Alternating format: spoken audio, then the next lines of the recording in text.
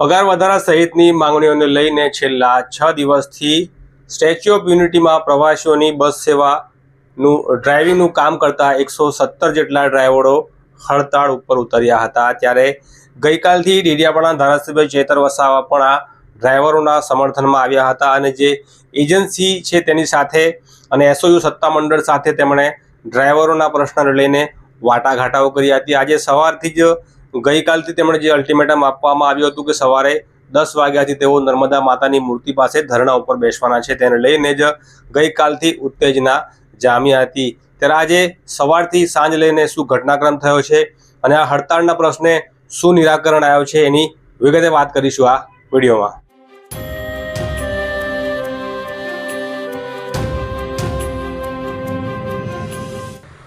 છેલ્લા 6 દિવસથી statue of યુનિટીમાં પ્રવાસીઓને લાવવા લઈ જવાની બસ સેવામાં ચાલક તરીકે કામ કરતા જે બસ ચાલકો છે તે હડતાળ ઉપર થયા હતા। તેમની મુખ્ય માંગણી પગાર વધારાની હતી, એની સાથે સાથે બીજી માંગણીઓ પણ હતી। ત્યારે છેલ્લા 6 દિવસ સુધી બેઠા પછી ડેડિયાપાડાના ધારાસભ્ય ચેતર વસાવા આ મુદ્દે દરમિયાનગીરી કરી હતી। તેઓ ગઈકાલે પણ ત્યાં પહોંચ્યા હતા અને તેમણે અલ્ટિમેટમ આપ્યું હતું કે જો આવતીકાલે સવારે 10 વાગ્યા સુધી આ બસ ચાલકોની જે માંગણી સ્વીકારવામાં નહીં આવે તેઓ કેવડિયા જે નર્મદા માતાની મૂર્તિ છે એની પાસે તેઓ સવારે 10 વાગ્યાથી ધરણા ઉપર બેસવાના હતા। ધરણા ઉપર તેઓ બેઠા, પરંતુ ત્યાં નથી બેઠા, જે જગ્યાએ બસ ચાલકો બેઠા હતા ત્યાં તેઓ ધરણા ઉપર બેઠા અને જેબીએમ કંપનીના સંચાલકો સાથે અને જે કર્મચારીઓ હતા એમની સાથે આખો દિવસ તેમણે જે કંઈ વાટાઘાટો જે કરવાની હતી તે કરી હતી। પરંતુ આ તમામ બાબતોમાં એ થયા પછી પણ કોઈ નિષ્કર્ષ ન નીકળ્યું હતું।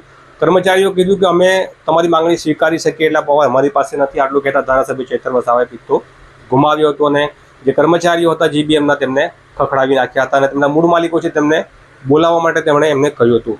તેમ છતાં સાંજે 5 વાગતા જે માહિતી સામે આવી છે એ પ્રમાણે જે બસ ચાલકો છે તેમની 5 માંગણીઓ પૈકી માત્ર 2 માંગણી સ્વીકારવામાં આવી છે। એક તો પગાર સ્લીપ આપવામાં આવશે અને બીજું કે તેમનું જે અપોઇન્ટમેન્ટ લેટર છે એ તેમને આપવામાં આવશે। પગાર વધારાને લઈને જે મુખ્ય 3 માંગણી છે તેના માટે કંપનીએ 1 મહિનાનો સમય માગ્યો છે। ત્યારે આ બાબતે ધારાસભ્ય ચેતર વસાવાએ શું કહ્યું છે જુઓ આ વિડીયોમાં। જે 127 જેટલા છેલ્લા 6 દિવસથી સ્ટ્રાઇક પર હતા ત્યારે કંપનીએ પગાર વધારા માટે 1 મહિનાનો સમય માગ્યો છે અને એના સિવાયની તમામ માંગણીઓ સ્વીકારી છે।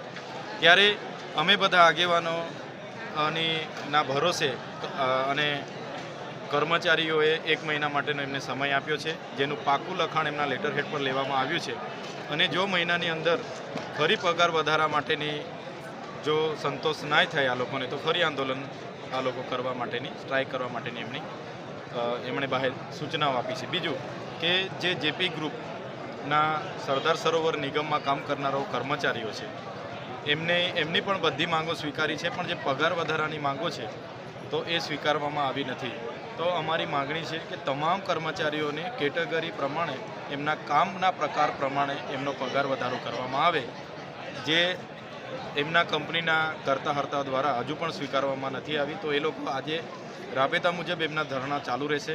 આવનારા દિવસોમાં કાલે પરમ દિવસે ફરી અમે એમના મેનેજમેન્ટ સાથે વાત કરીશું અને જ્યાં સુધી એમની પગાર વધારાની માગણી બધાની સ્વીકારાય ના ત્યાં સુધી એ ધરણાના કાર્યક્રમો જેપી ગ્રુપ દ્વારા ચાલુ રહેશે।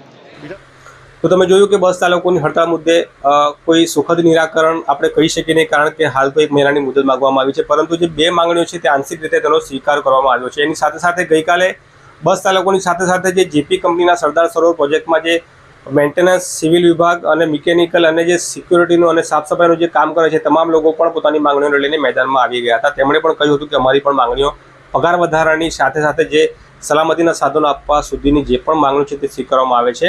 એટલે એક રીતે આ બંને હડતાળો ભેગી થઈ ગઈ હતી અને એનું નેતૃત્વ ડેડિયાપાડાના ધારાસભ્ય ચેતર વસાવાએ કર્યું હતું। તેમણે તંત્ર સાથે વાટાઘાટાઓ કરી હતી, વાતચીત કરી હતી, પરંતુ જેપી કંપનીના જે પ્રોજેક્ટમાં જે લોકો કામ કરે છે તેમની હડતાળ હજી પણ ચાલુ છે।